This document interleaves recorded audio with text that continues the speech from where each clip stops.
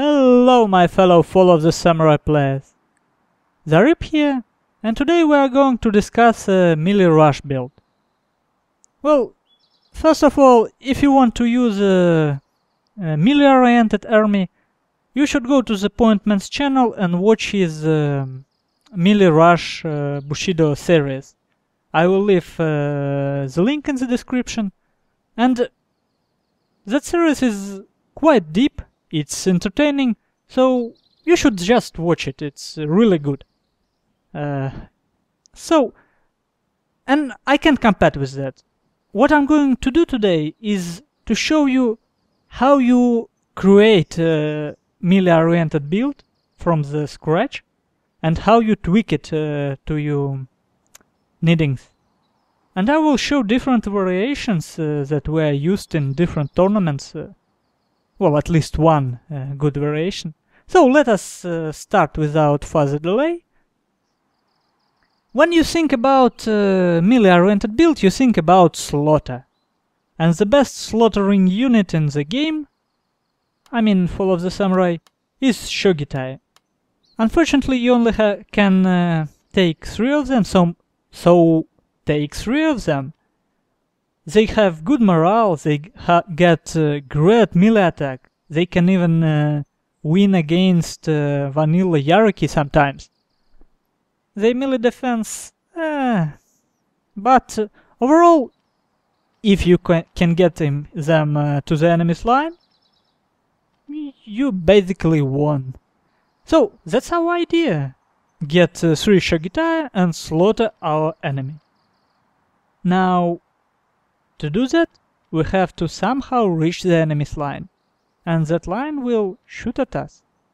So we add 3 mid shields. And we use it... how do we use it? We put 3 of our spear levies on the front, 3 Shogitais on the back. We unite them all in one group, so they don't mix with each other, and we just move to our enemy's line. And usually spear levy they can take 2 or even 3 volleys, and that's usually enough for your Shogitais to get to the enemy. Now, with this core, we have 3 main problems. What can our enemy do? He can kite us, he can put his lane in waves, and he can actually get his cavalry around and hit our Shogitai from the back. And cavalry are really good against sword units. So, to counter those 3 problems, we use cavalry. And we have to really be stronger in cavalry aspect than our enemy, so we take really highly vetted hierarchy. Well, I take. You can actually take even vanilla ones if you can use them accordingly. Well, we will discuss it later.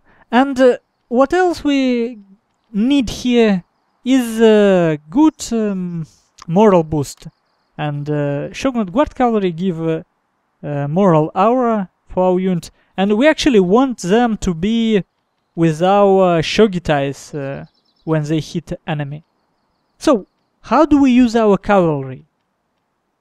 First of all, we are using them to threat our enemy's flanks. So, he have to turn some of his units to face our cavalry on flanks. And if he is trying to kite us, he have to move his units.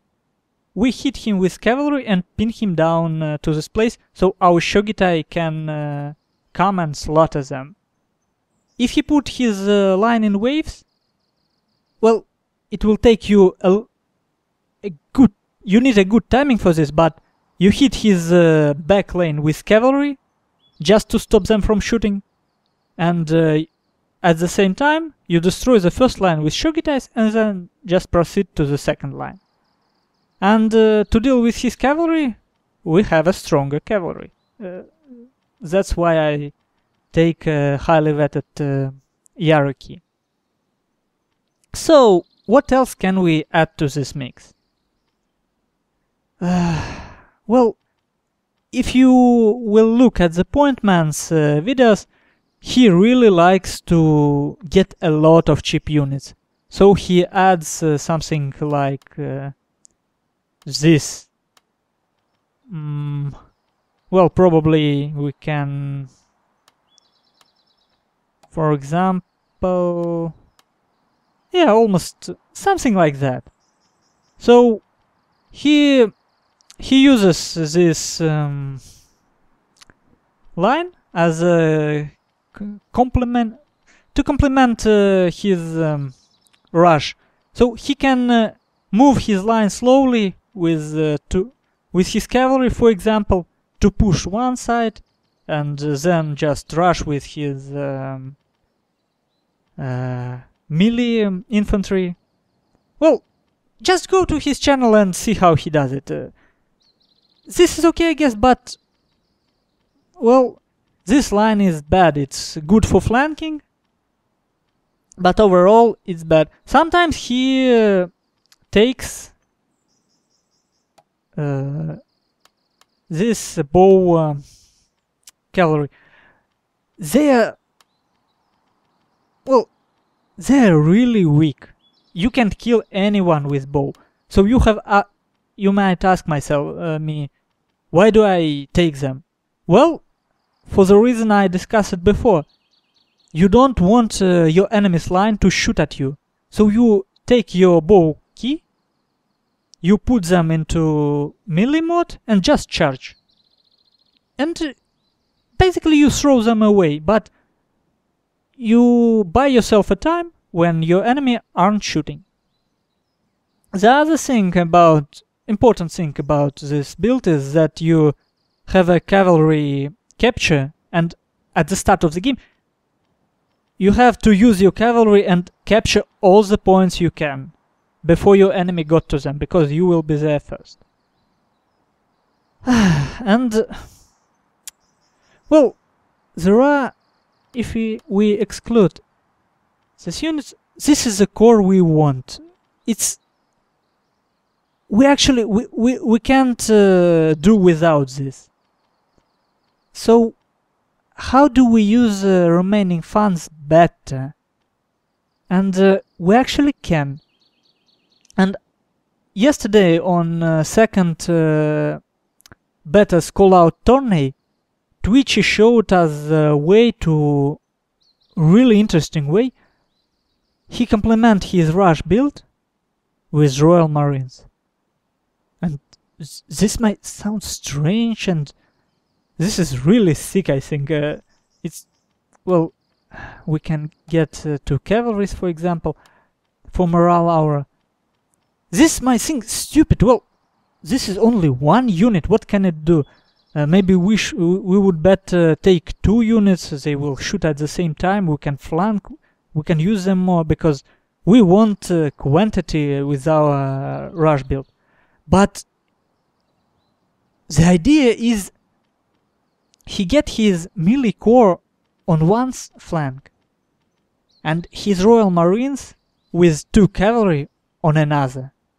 And just imagine how many units you need to destroy Royal Marines or Infantry de Marine, which supported with 2 cavalry, and when 4 other cavalry can come and help. You can't just destroy him that easily. And if you put a lot on units on your flank to deal with Royal Marines, he will pull them back, he will run with his cavalry on the other flank, and he will destroy you where you have less forces with his melee infantry. So I would never thought of this myself, but this is really strong, and I think you should go and just watch the replay where he plays against Pariya. I don't know. In Russian you will pronounce it Pariya. Well, I'm sorry if it's wrong. And I tried it in Ladda today, and it works really well, because if your enemy concentrate on your melee core, you hit him from the flank with your Royal Marines, and you have 150 range to actually he has to use his Marines to face your Marines, and that means his Marines will not shoot at your rushing army, and that is really cool. And he can't really hit your Marines with his cavalry because you have stronger cavalry. Overall, just use it because it's really interesting and really cool, I think. And I just can't wait for the next tournament to see how other players will counter this build, because Twitchy already won one tournament using it. So overall, melee rush build is good on any map, even on rice field. No matter what people say, you can rush with it. But if you got some map with a ridge in the middle, it's perfect for the melee rush, because you can take the ridge. If your enemy tries to do that, you will be there at the same time, and the distance will be really close. There are maps, well, you can see them if you watch at thumbnails. You just can't win against melee rush if he doesn't do a mistake. So that's basically everything I wanted to say. I think you should add this build to your playbook. You should learn how to play with it, because I strongly believe that any player has to be able to play at least 3 different builds: line heavy, melee rush, and balanced. Because you can't really understand your enemy if when he plays some of these builds until you tried it yourself. You probably need to learn how to play with artillery, but I really dislike it, so I never play with artillery and I can't really tell about it. So I hope this was entertaining, and I hope you will go and watch Pointman's videos and Twitch's replays. Thanks for watching. I hope to see you again on my channel.